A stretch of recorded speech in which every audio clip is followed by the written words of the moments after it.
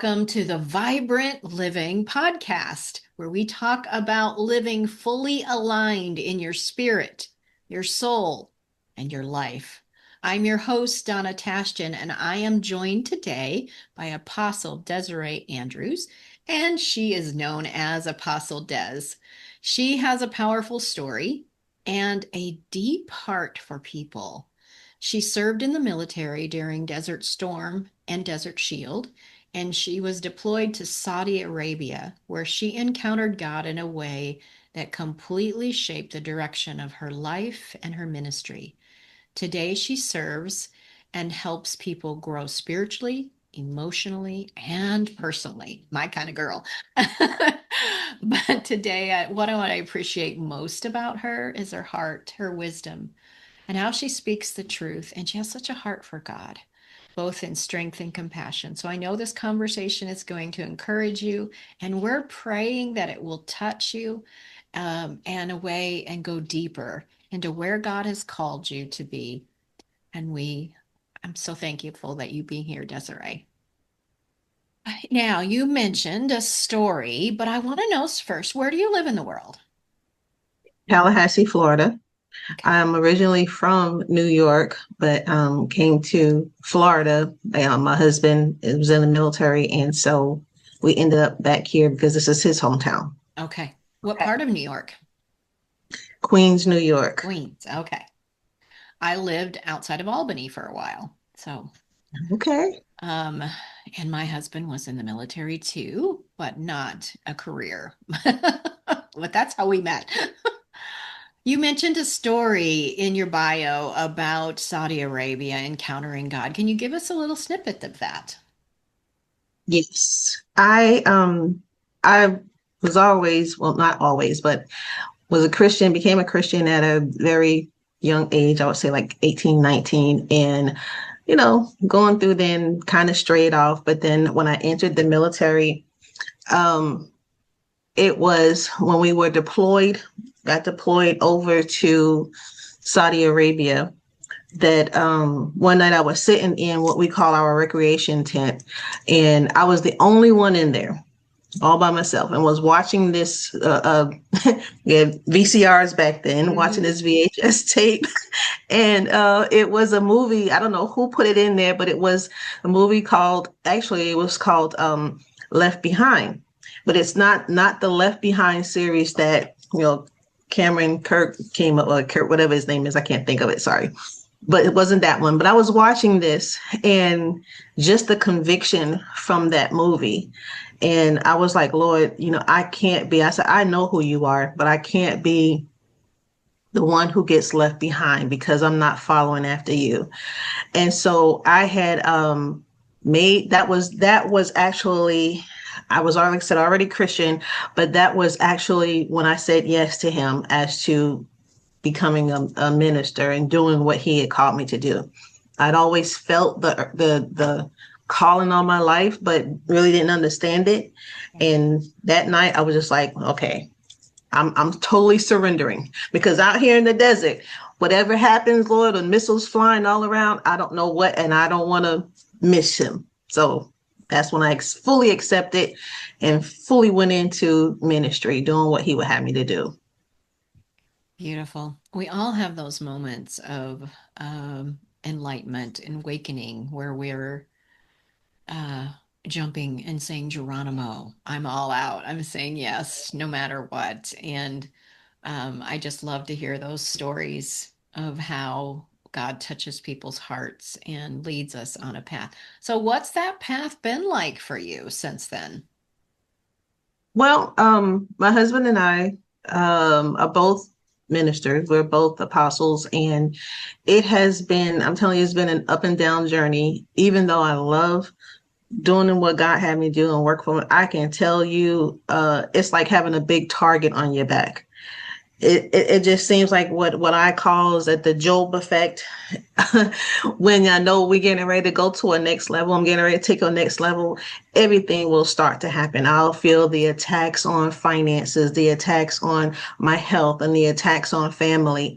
And I know God is getting ready. So many times, Donna, I have wanted to just say, okay, you know what? I'm done. I'm through. And I just wanted to walk away, but God would not allow me to do that.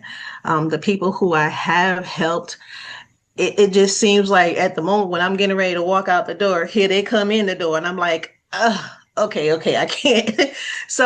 But it has been good. It has been good throughout, because I can say God has allowed me to work with some fantastic people. He has helped me to, I've written some books and just be able to help people through my writing, and just ministering to them and helping them. What I have found is my true calling, in helping them, true calling is all the same, to realize who they are and what God has called for them to do, and helping them to step out and into whatever role he has for them. Yes. And what is on your heart that you wanted to talk about today? So basically lately I have been just hearing God just say we have to, he has invested in each and every one of us.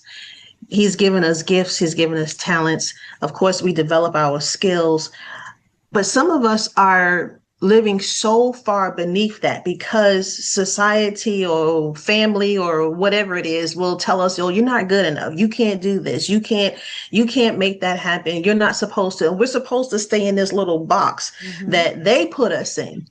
But God wants us to live to our fullest. He wants us, everything that he has placed down on the inside of us, he wants us to open up and release and go ahead and be about his business and do what he has given us to do. You know the story in the Bible that talks about when he comes and he gives, the landholder comes and he gives talents to his servants, and he gives one 5 talents, one 2, and another 1, and tell them go and occupy till I come. And each of them have 2 of them went through and they multiplied what was given to them, and only 1 buried his talent and said, well, because I knew you were a hard man, and you reap where you didn't sow, I hid my talent so I can give it back to you. And the landowner turns and says, well, you wicked servant, you could have at least gave it to the bankers, basically, and given me back with interest. So that lets us know that what God has for us, what he has given, and that wasn't just talking about money, but what God has for us, he wants us to fully invest. He wants us to utilize what he has given us. I wish I had a voice to sing. I make a joyful noise. I cannot sing, but if I could sing, I would be singing for his glory.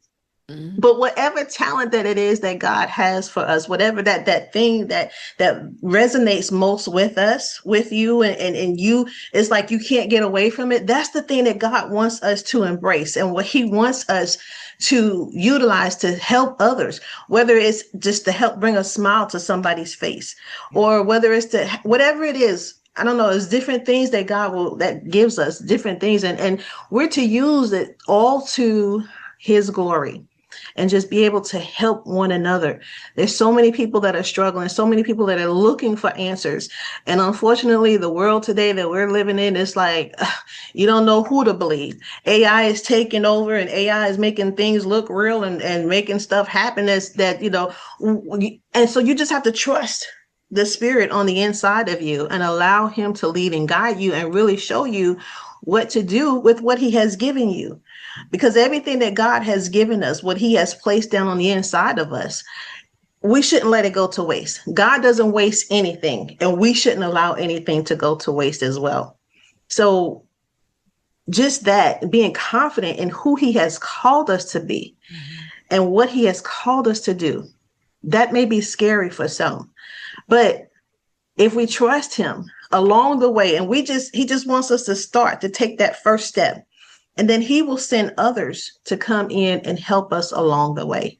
And so this is what I feel. This is what he's called me and others, even yourself, to do, to help people to realize who they are and how they can contribute to this life that we're living and have vibrant living. One of the things that catches me about that story is it didn't say that the landowner was a hard man. The person who buried the talents' perspective of the landowner was that he was a hard man and he reacted out of fear. And so many times, I think that prevents us, our perspective of who God is, our perspective of who we are, both of those things prevent us from stepping in to whatever He's called us to do. And we make calling sometimes sound so grandiose that I love. One of the blogs I wrote early on was small hinges move big doors. And who of us can remember someone who gave us a phone call, gave us a hug, gave us a smile when we needed it, and it made much more difference than they ever realized. And so it is being in tune with the Spirit on who He's called us to be and step into a place of joy and relationship, not fear of missing out or messing up. Both of those things stop us from really stepping into the fullness of what a relationship is with the Most High. That is one of the tactics that the enemy uses in order to keep us where we are, to keep us stuck. Yeah, And absolutely. see, the enemy, he only has a limited knowledge, whereas God is omniscient, omnipotent, and he's everywhere, knows everything. He knows the beginning from the end. He knows what he put down on the inside of us. And the enemy, he only has a snippet of that. He only knows a little bit, but he knows God has certain ones that have certain abilities and callings and talents. And if he can stop us in our tracks, keep us minimized, if he could stop us, then we won't have any effect in tearing down Satan's kingdom. Well, I love coming from the and using the perspective that we've already won and it's holding the victory as opposed to getting the victory. There is no kingdom to tear down, it's already destroyed. And it's just taking that authority and walking in it because the only authority he really has in our life or influence is what we give him. And it happens through deception. And so that's his number one tool. And I love stepping into all that God has for us and understanding the authority that we have and the purposes that we have and doing it from a place of confidence and joy. If people wanted to learn more about you and your ministry, how would they reach out to you? I am on most of the well-known social media platforms. Okay. You can look me up either Apostle Desireé Andrews or our ministry, I Kingdom Ministries, Mhm. and they can look us up we're on Facebook, Instagram. I'm on TikTok, and just trying to be an influence in the world and just share what God has given me to share with others. Sounds perfect. Thank you so much with being with us for all that you're doing, Des, and that you're saying yes every day to all that God has for you and encouraging others to do the same. So, blessings to you and thank you for being here. Thank you for having me, and I truly enjoyed this time. God bless you and your platform as well. I love Desiree's passion to help people grow, to be fortified and strengthened. If you would like to connect with Apostle Des and learn more about iKingdom Ministries or follow her work and ministries, all the links will be available in the show notes. Also, I have a video for you that I will include in the show notes, and it is entitled Higher Level, Higher Devil: The Lie That Is Exhausting Christian Leaders and the Truth That Sets You Free. Understanding our victory and the power that we have in all that Jesus did on the cross so that we can walk fully in it. You can learn more about me and Vibrant Living International at ivibrantliving.com And that link as well will be in the show notes. And any upcoming events and all of my information is there on my website. So until next time, remember you were created and loved more than you can imagine for a vibrant life. Share this with someone that you love and care about, and I'll see you next time.